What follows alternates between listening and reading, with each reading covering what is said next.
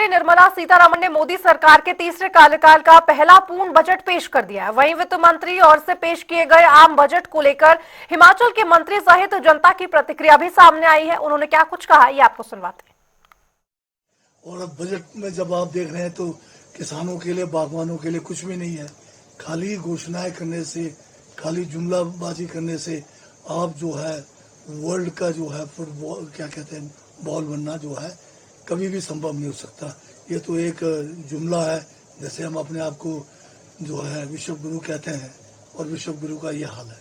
तो यहाँ पर जहाँ तक हम अगर हिमाचल के संदर्भ में बात करें, हिमाचल को इस बजट में कुछ नहीं मिला है। दोबारा से एक बार जो है हमें जो है झुंझुनू दे दिया गया है।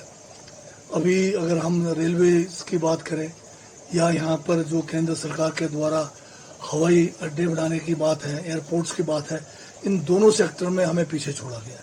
और बाकी जो दूसरे सेक्टर्स हैं, इंडस्ट्री है या हमारे यहाँ पर हाइड्रो प्रोजेक्ट्स हैं, उनके लिए कोई पॉलिसी लाने की बात है, ये इस बजट में कहीं भी हमें जो है छोटे जो राज्य हैं, पहाड़ी राज्य हैं, उनके लिए कोई भी जो है लेवल प्लेइंग फील्ड नहीं रखा गया।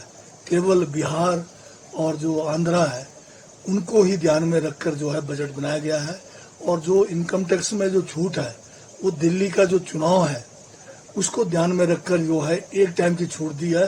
और मैं दावे के साथ कह सकता हूँ कि अगले बार ये छूट जो है वापस लिया जाएगा, क्योंकि उसके बाद दिल्ली का इलेक्शन खत्म हो जाएगा। क्योंकि दिल्ली में अभी किसी भी तरह से इन्होंने चुनाव जीतना है, उसके लिए उन्होंने ये एक दाव लगाया है। मैं प्रधानमंत्री नरेंद्र मोदी जी को और केंद्रीय वित्त मंत्री निर्मला सीतारमण जी को बहुत बहुत बधाई देता हूं। बहुत ही संतुलित बजट प्रस्तुत किया है और ये बजट समाज के हर वर्ग के लिए है, हर प्रदेश के लिए। इस बजट के माध्यम से अनेक योजनाओं के माध्यम से लाभ मिलने वाला है।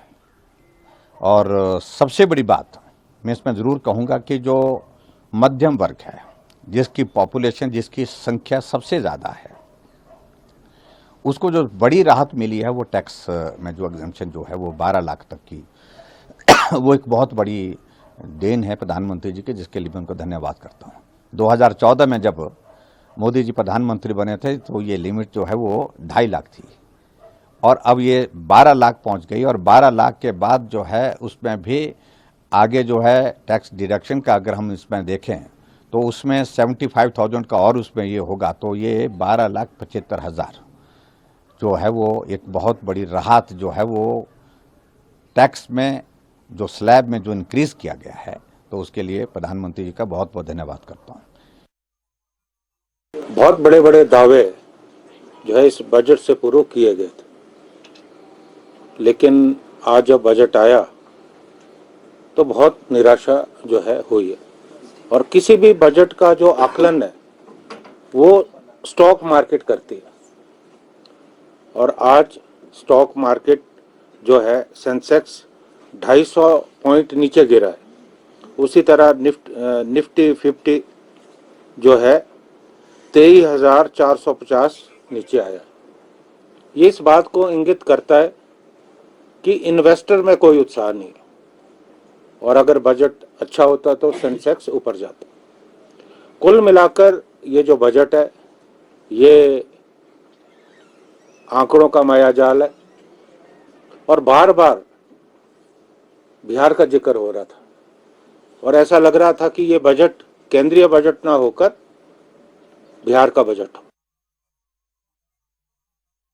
श्री नरेंद्र भाई मोदी जी की सरकार में श्रीमती निर्मला सीतारमण जी द्वारा प्रस्तुत किया गया बजट करोड़ों करोड़ों देशवासियों के लिए विकास का बजट है, गरीब के कल्याण का बजट है, युवाओं के उत्थान का, महिलाओं के उत्थान का और किसान के विकास का बजट है। जो विषय माननीय मोदी जी ने रखा उस दिशा में निरंतर ये बजट देश को विकसित भारत की ओर अग्रसर करता हुआ दिखाई देता है। जहां कृषि और बागवानी के विकास के लिए इसमें अपार संभावनाएं हैं, वहीं युवाओं के रोजगार के लिए, स्वरोजगार के लिए और विकास की दृष्टि से लाखों करोड़ों स्थान इसके माध्यम से जनरेट होने वाले हैं। महिलाओं के विकास के लिए और गरीबों के कल्याण के लिए यह बजट सर्वथा। तो हिमाचल के लिए तो ऐसा कोई अनाउंसमेंट बजट में नहीं है, पर जो कल इकोनॉमिक सर्वे की हम बात करें, जो कल इकोनॉमिक सर्वे जो पटल पे रखा गया है अपने पार्लियामेंट में, तो उसमें देखिए वैसे तो हमारा जो देश है बहुत तरक्की कर रहा है हर पहलू से। उन्होंने बताया कि हमारे जितने भी ब्रॉड पैरामीटर्स हैं, चाहे वो ग्रोथ के हैं या आगे भविष्य की ग्रोथ के हैं, वो सब अच्छे चल रहे हैं, हमारी डेफिसिट भी कंट्रोल में है। पर लेकिन एक जो चीज़ जो चिंता का विषय जो हिमाचल का इस करने की बात कर सकता हूँ मैं, उसमें ये है कि हमारा जो इकोनॉमिक सर्वे में उन्होंने कहा कि इस बार जो चाहे एमएसएमई की ग्रोथ है, चाहे एग्रीकल्चर की ग्रोथ है या कोई और भी सेक्टर की ग्रोथ है, वो सारा जो दरोमदार है वो स्टेट के ऊपर कर दिया कि स्टेट की में इसमें बड़ी भारी भागीदारी रहेगी। अब यहाँ पे हिमाचल की हम बात करें तो हिमाचल में यहाँ पे हमें कोई बहुत बड़ा इसका बजट में कोई प्रावधान ना होने की वजह से कोई लाभ मिलेगा नहीं। जितनी रेगुलेशन की बात करते हैं कि रेगुलेशंस आप डीरेगुलेट करें, तो यहाँ तो रेगुलेशन जो हिमाचल की है वो सारी की सारी सेंटर के हाथ में ही है।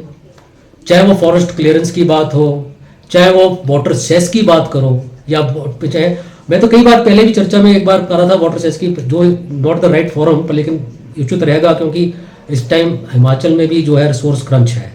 अब वाटर सेस लगा था, अब चाहे झारखंड की बात करें, चाहे हम उड़ीसा की बात करें, छत्तीसगढ़ की करें, वहाँ पे जो आयरन ओर निकलता है, मिनरल्स निकलता है, उसके ऊपर टैक्स लगता है।